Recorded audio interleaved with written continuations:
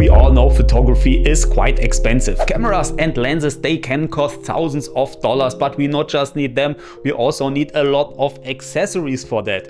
And over the years I found some things that are really not that necessary. I made a few mistakes and all of this helped me save a lot of money nowadays. And I want to share these things with you today, and in the end I have somewhat of a controversial thought on the topic. If you want to know more about that, feel free to stick around now. Let's dive right in.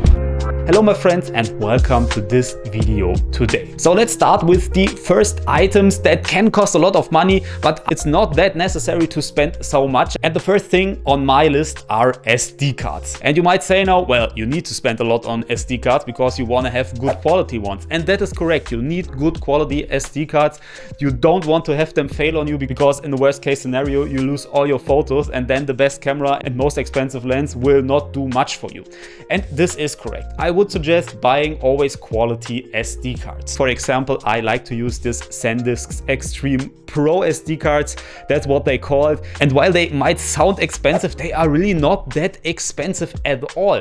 I most of the time buy them in sale, and one of these 128 gigs cost around $20 to $30 a piece. And this is because the writing speed is not super fast with these SD cards. And this is basically the point, because I feel like most people don't need super fast SD card writing speeds. Sure, if you want to shoot 8K video or you want to shoot sports events and you need to shoot thousands of photos in quick succession, then you will need fast writing speeds. But for most everyday use cases, slower writing speeds are just fine. For example, as you can see, these have a V30 certification, which is honestly not that fast at all. We also have V60 and V90 SD cards, for example, but they can cost like 5 or even 10 times as much. So yeah, it's not really worth investing in SD cards like this if you don't need that speed, I feel like.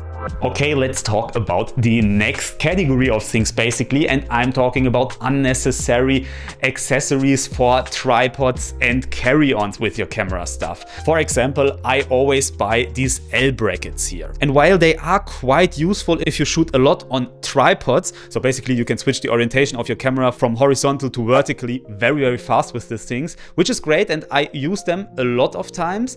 But for a lot of people, they are quite unnecessary, I feel like, because they just make the camera heavier and bulkier. And if you don't place your camera on a tripod vertically all the time, you really don't need it, I feel like. Another good example would be these quick release holders for your backpack, basically, where you can put your camera right here. You know what I mean? I will show you a picture here. They obviously have a use case and they are great for some people. I always wanted to have one.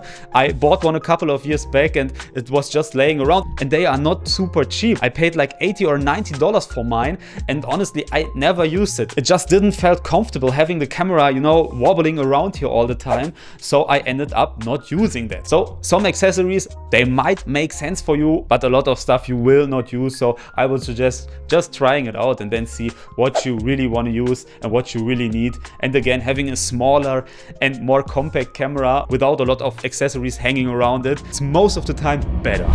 Okay, let's talk about the next items, and I'm talking about camera bags and backpacks and all this stuff. And what I found for myself is one medium-sized camera bag, something like this here. It is not too big, not too small, I feel like. It has a pretty good quality also. I'm very happy with this thing. It's more than enough. A couple of years back, I wanted to have basically everything. I wanted to have a medium-sized backpack, but I also wanted to have a super large backpack if I want to bring everything. But I also wanted to have something like that, which is a little bit smaller, so you can just bring the essentials basically.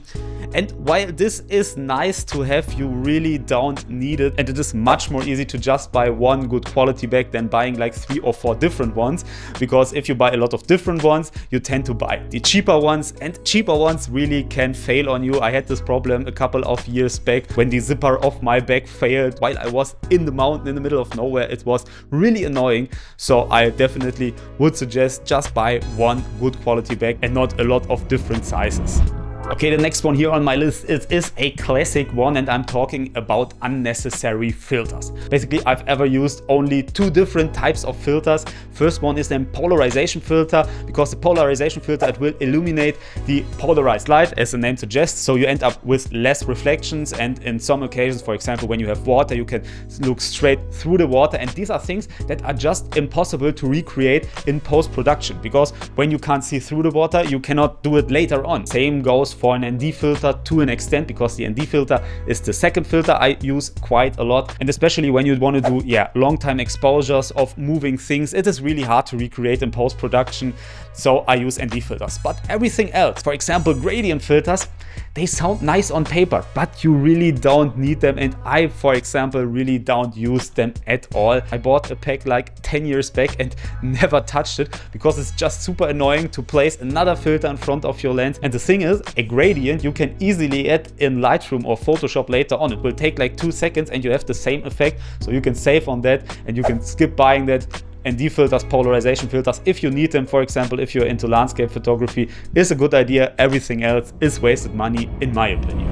Okay, let's get to the last point of this video, and it sounds controversial what I want to say now, because I'm talking about lenses. Lenses can waste you a lot of money, but not the way you think, because obviously the lens is basically the most important item for a photographer. Without a lens you cannot take a picture, and the lens is really important for the look of your picture and also for the quality of your picture to some extent. However, we all tend to buy too much, and what I found for myself, at least when we talk about my hobbyist life, and not for example when I do commercial work or when I work as a wedding photographer, but just for my hobby photography life, basically I only use 3 lenses. I use a standard zoom lens, something like that. This is a 24 to 105 millimeter, but obviously a 24-70 would be just fine. I use a 70 to 200 millimeter lens, something like this, and the third one I use is a prime lens, something like a 50 millimeter f1.4 or 35 or 85 millimeter, depends on your personal preferences obviously, but that's all I need and all I use. And I came across a lot of lenses over the years that I haven't used. For example,